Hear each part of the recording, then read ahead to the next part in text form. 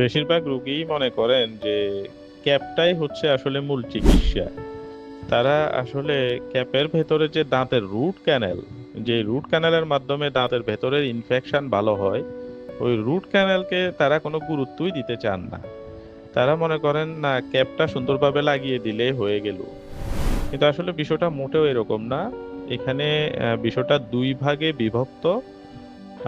এক নাম্বার হচ্ছে root canal. Root canal মানে হচ্ছে দাঁতের ভেতরে যখন দাঁতের মজ্জাতে যখন ইনফেকশন হয়, তখন যে চিকিৎসাটা সেটা হচ্ছে রুট ক্যানেল। তার মানে রুট ক্যানেলের মাধ্যমে দাঁতের ভিতরে ইনফেকশনটা ভালো হয়, রোগটা ভালো হয়। তারপরে এই দাঁতটা দিয়ে যাতে ভালোভাবে খাবার দাবার করা যায়, ভালোভাবে দাঁতটাকে ব্যবহার করা যায়, সেই জন্য দাঁতের উপরে একটি ঢাকনা লাগিয়ে দেওয়া হয়।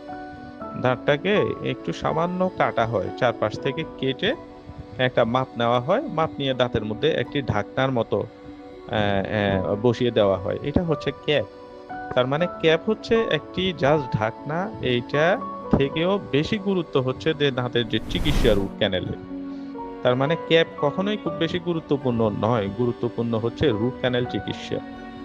আপনি ক্যাপ খুব সুন্দর মতো করে দিলেন, কিন্তু ভিতরে রুট ক্যানেল সঠিকভাবে হলো না, যথাযথভাবে হলো না, তখন কিন্তু এই দাঁতে কিন্তু আবার ইনফেকশন হবে, আবার সমস্যা হবে। যেরকম আমরা এক্স রেতে দেখতে পাচ্ছি, এই এক্স রেতে দেখা যাচ্ছে যে ক্যাপ আছে উপরে, দুইটা সাদা কালারের ক্যাপ, কিন্তু দাঁতের ভেতরে যে রুট ক্যানেলটা সেটা একদম বাজে, মানে একদম চরম বাজে হয়েছে।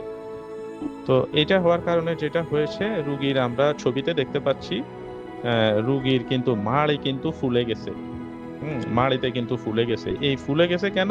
কারণ দাঁতের ভিতরে রুট ক্যানেল সঠিকভাবে করে নাই। ভিতরে জীবাণু বা ভিতরে ইনফেকশনটা রয়ে গেছে। ইনফেকশন রয়ে যাওয়ার কারণে তার এইটা আবার ১ বছর ১.৫ বছর পরে এইটা আবার দেখা যায় যে ইনফেকশনটা হয়ে আবার মাড়ি ফুলে গিয়েছে।